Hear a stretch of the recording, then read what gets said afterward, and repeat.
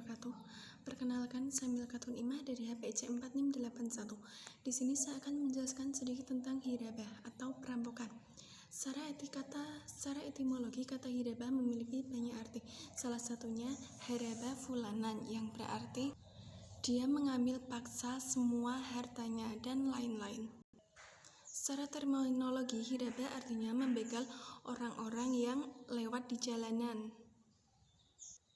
baik pelaku muslim atau kafir. Fuqaha mendefinisikan hirabah sebagai penodong di jalanan untuk mengambil harta secara terang-terangan dengan paksaan dan kekuatan sehingga orang-orang tidak berani lewat. Pelaku hirabah disebut muharib. Salah satu tindakan yang termasuk dalam kategori hirabah di era modern ini adalah unsur jarimah hirabah adalah 1. Keluar untuk mengambil harta. 2.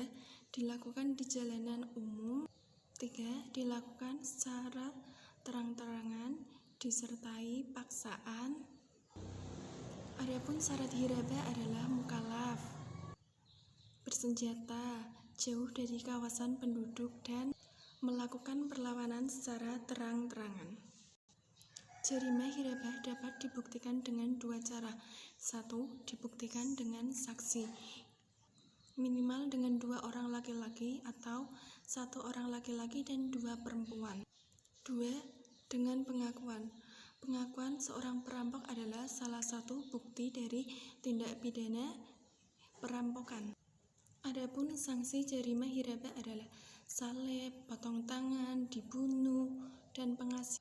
Selanjutnya, kandungan hadis 1 juz 17 halaman 500 Sahih Bukhari yang berkaitan dengan suku Urainah. Mereka menjelaskan bahwa mereka telah menjadikan Islam sebagai kedok untuk merampas atau merampok. Mereka telah membutakan mata pengembala, memutilasi, dan membunuh. Sedangkan kandungan hadis 2 yaitu Islam bukan melarang mengangkat senjata, mengambil inisiatif perlawanan bersenjata terhadap pemerintahan Islam. Lebih jauh dari itu, Islam menyebut aksi ini sebagai bentuk kekafiran. Islam menyatakan aksi ini sebagai hasutan dan kezaliman di muka bumi.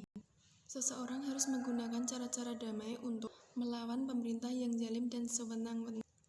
Jika memahami ini, maka dia akan mengerti bahwa tidak ada kontradiksi antara amar ma'ruf dan nahi mungkar dengan larangan bersenjata melawan penguasa. Hadis 1 dan hadis 2 tersebut merupakan hadis sahih dan dapat dijadikan pegangan dan sandaran hukum. Ulama berbeda pendapat mengenai sanksi perampokan atau hirabah. Salah satunya yaitu ulama Hanafiyah. Jika merampas harta maka potong silang. Jika membunuh maka hukumannya hukum. Jika membunuh dan merampas, imam bisa memilih. Jika hanya menakuti maka diasingkan atau dipenjara. Pendapat kedua, Imam Syafi'i dan Imam Hanabilah. Mereka mengatakan jika merampas harta maka potong silang. Jika membunuh maka hukum mati dan tidak disalib. Jika membunuh dan merampas maka hukum mati dan disalib. Jika menakut-nakuti maka dibuang dan diasingkan. Ketiga, imam hukum manhaj yang dijatuhkan kepada pembegal adalah dikembalikan kepada ijtihad dan pertimbangan imam serta meminta imam dan fuqaha mana hukum manhaj yang menurutnya lebih efektif dan tepat. Tidak boleh berdasarkan ego masing-masing imam. Cukup sekian yang dapat saya sampaikan, kurang lebihnya saya minta maaf. Wassalamualaikum warahmatullahi wabarakatuh.